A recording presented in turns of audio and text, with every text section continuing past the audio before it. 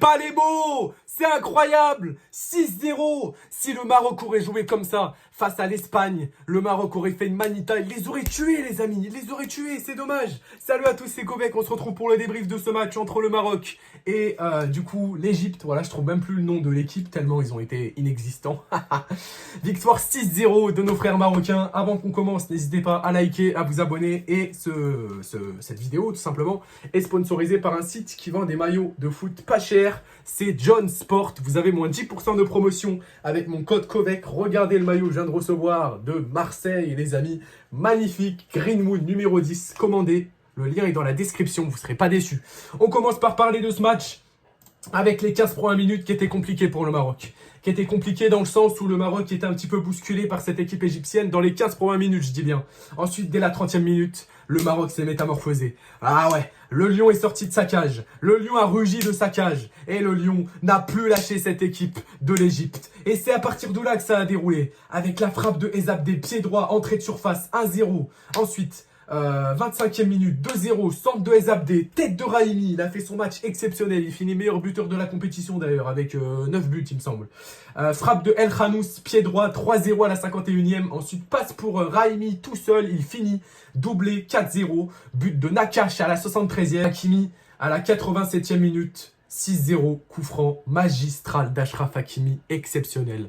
Qui peut me dire que ce n'est pas le meilleur défenseur droit du monde? Qui peut me dire que Achraf Hakimi, ce n'est pas le meilleur défenseur droit du monde, les amis? C'est incroyable. Mais d'où il sort? C'est un extraterrestre, Achraf Hakimi. Il a fait un match exceptionnel. On va aller voir les notes des joueurs, d'ailleurs. On va d'abord aller voir les statistiques, les amis, pour commencer les stats, avec 51% de possession pour l'Égypte, 49% pour le Maroc, 9 tirs pour l'Égypte, 11 tirs pour le Maroc, 3 tirs cadrés pour l'Égypte, 7 tirs cadrés pour le Maroc, 3 tirs, 3 tirs non cadrés pour l'Égypte. On va aller voir les notes des joueurs et on va commencer par Achraf Hakimi. Achraf Hakimi, Achraf Kafou Hakimi, les amis, c'était incroyable. C'était plus Achraf Hakimi, c'était Achraf Cannavaro Hakimi, incroyable. Sur son côté droit, il était de partout. Il était offensivement, il était défensivement. Exceptionnel, exceptionnel. Et moi, vous savez que je suis des Z et je suis de tout cœur avec les frères marocains. Ça me fait vraiment plaisir du fond du cœur que le Maroc va chercher cette médaille parce que c'était un match pour la médaille de bronze. C'était un match pour le meilleur troisième pour savoir est-ce que, comme l'Égypte a perdu sa demi-finale face à la France et le Maroc a malheureusement perdu sa demi-finale face à l'Espagne, c'était pour savoir quelle équipe va aller chercher cette médaille de bronze. Heureusement que c'est le Maroc. Et c'est la deuxième médaille de bronze pour nos frères marocains, sachant qu'il y avait eu la deuxième médaille tout court, pardon, pour nos frères marocains, sachant qu'il y avait eu aussi la médaille d'or en athlétisme et maintenant il y a la médaille de bronze du coup dans le football. Ça fait 2 médailles déjà dans les Jeux Olympiques pour le Maroc et ça c'est très bien. Akomash a été exceptionnel, mais Ezabde, quand il joue au football, oh mamma mia, Ezabde Garincha de la muerte. Il a été exceptionnel, il a été trop fort, il a été buteur, passeur décisif, il a fait souffrir cette défense de l'Égypte. Et chez Atta, il essayait de courir après, mais Ezabde, il le prenait, il le froissait comme ça, il lui enlevait toute la force qu'il avait en lui. C'est incroyable cette équipe marocaine, ils ont été exceptionnel, exceptionnel, je deviens fou. C'était le football qu'on a vu aujourd'hui. Raimi qui a fait son match, qui a été le numéro 9 parfait, il a marqué un doublé, il va concurrencer une série je pense pour les futures compétitions parce que le Maroc rejoue dans moins d'un mois là avec le match pour les qualifications à la CAN que je commenterai d'ailleurs, hein, c'est le 6 septembre il me semble, dans moins d'un mois, dans un petit peu plus de 3 semaines. Donc ça vient très vite les amis, ça vient très vite. On est très pressé de voir cette équipe du Maroc. Déjà l'équipe B elle est exceptionnelle, qu'est-ce que ça va être l'équipe A, franchement incroyable. Je suis pressé, excusez-moi, c'est peut-être gênant mais incroyable. El Khanous qui a fait un superbe match aussi, il est sorti mais il a fait un bon match, hein, voilà, il était fatigué à la fin du match. Il a fait un bon match, il a laissé sa place.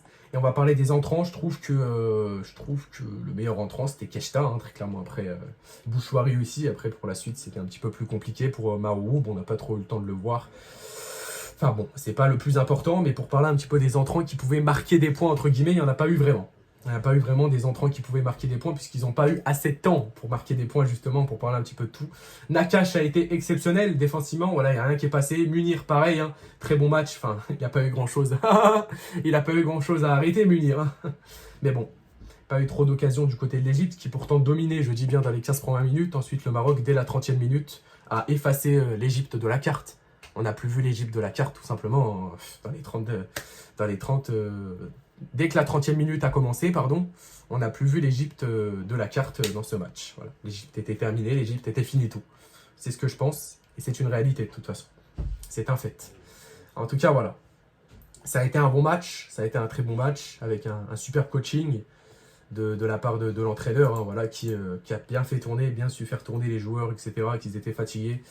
On va parler un petit peu de l'Égypte. El Naily, le capitaine, bon, voilà, qui a été le plus potable de cette équipe égyptienne. Sinon, Zizou, pareil, hein, qui a tenté des choses en première mi-temps. Mais l'Égypte n'a joué qu'une première mi-temps. Après, ils n'y ont pas cru, j'ai l'impression. Dès que le Maroc a marqué, ils n'y ont pas cru.